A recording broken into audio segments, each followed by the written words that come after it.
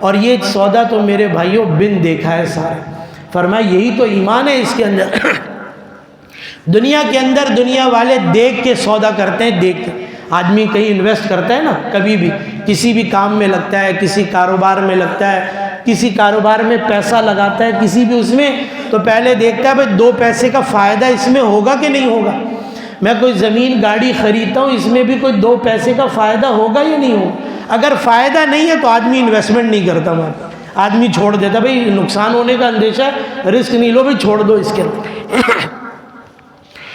تو بہرحال آدمی ایسی چیزوں سے پیچھے ہٹ جاتا ہے۔ ایمان کا تو تقاضا یہ ہے کہ اس کے اندر بن دیکھے سودا ہے، بغیر دیکھے سودا ہے۔ یہاں نہیں پتہ چلے گا شاید اس کے اندر کہ کیا ملنے والا ہے۔ فرمایا مرنے کے بعد آدمی کے سامنے آئے۔ سید حضرت بہلول مجذوب تھے، ہارون رشید کے زمانے میں مجذوب آدمی تھے، اللہ والے۔ مجذوب آدمی یہ سمجھ لے، مجذوب جو یہ گندے اور ناپاک لوگ پھر رہے ہوتے ہیں نا، یہ مجذوب نہیں ہوتے بھائی۔ بات سمجھ میں آ گئی نا؟ لوگ سمجھتے ہیں ہر ایسے پھرنے والا ملنگ مجذوب ہوتا ہے۔ صحیح، مجذوب ہونے کا یہ مطلب بھی نہیں کہ وہ نمازیں نہیں پڑھے گا، صحیح، وہ نمازیں پڑھے گا، پاک صاف رہے گا، ہاں دنیا سے بے رغبت ہوگا، سادے سے کپڑے پہنے گا، سادی سی زندگی گزارے گا، کہیں پر بھی پڑا رہے ٹھیک ہے، اس کی زندگی گزر جائے گی اس میں۔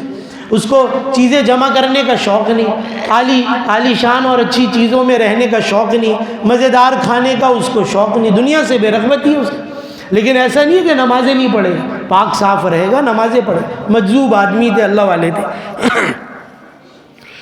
تو بہرحال ایک جگہ سے ایک ضرورت مند آ گیا ان کے پاس، کہا بھئی ضرورت ہے کچھ دے دیں۔ انہوں نے کہا بھئی میرے پاس تو خود کچھ نہیں ہے۔ اس نے کہا اچھا ٹھیک ہے، بیٹھ جاؤ میرے پاس، بیٹھ جاؤ یہاں پہ۔ بٹھا لیا اس ضرورت مند کو۔ بیٹھے ہوئے تھے، وہاں گیلی مٹی رکھی ہوئی، گیلی مٹی پڑی ہوئی تھی، تو اس مٹی سے گھر بنانے لگے، اس کو جمع کر کے اس کو گھر بنانے لگے۔ ہارون رشید کا قافلہ وہاں سے گزرا، تو ان کی اہلیہ زبیدہ وہ بھی ساتھ تھی، ان کے بھی سواری پیچھے تھی موجود۔ ہارون رشید کی سواری گزری، دیکھا ان سے بات چیت کرتے تھے، مذاق بھی کرتے تھے، ان کے ساتھ دل لگی کی باتیں بھی کرتے اور ان سے نصیحت بھی لیتے تھے حضرت بہلول سے۔ ہارون رشید خود بھی بہت اللہ والے آدمی تھے۔ بہرحال وہاں سے گزرے، دیکھا بہلول بیٹھے ہوئے، تو پوچھا بہلول کیا کر رہے ہو؟ تو حضرت بہلول نے کہا کہ جنت کا محل بنا رہا ہوں۔ کیا کر رہا ہوں؟ جنت کا محل بنا رہا ہوں۔ تو ہارون رشید نے پوچھا جنت کا محل کتنے میں فروخت کرو گا؟ 2 درہم میں بس۔ تو وہ مذاق سمجھ کے آگے بڑھ گئے، وہاں سے چلے گئے۔ اتنے میں ان کی اہلیہ ملکہ زبیدہ وہ آ گئی، ان کی سواری گزری، انہوں نے دیکھا تو انہوں نے پوچھا بہلول کیا کر رہے ہو؟ تو کہا کہ جنت کا محل بنا رہا ہوں۔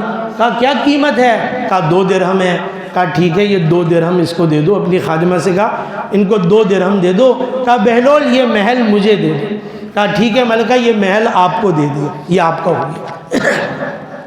چلی گئی سواری، محل میں چلے گئے۔ ہارون رشید بھی رات کو سوئے ہیں تو اللہ رب العزت نے خواب میں دکھایا کہ جو ہے ایسی ایک منظر ہے کہ جیسے جنت میں ہو، اور وہاں دیکھا ایک بہت ہی عالی شان محل وہ بھی تیار ہے۔ اچھا وہ جو 2 درہم ان کو ملے، ان کو تو ضرورت تھی نہیں، وہ جو سائل آیا تھا مانگنے والا اس کو دے دیے کہ یہ لے جا۔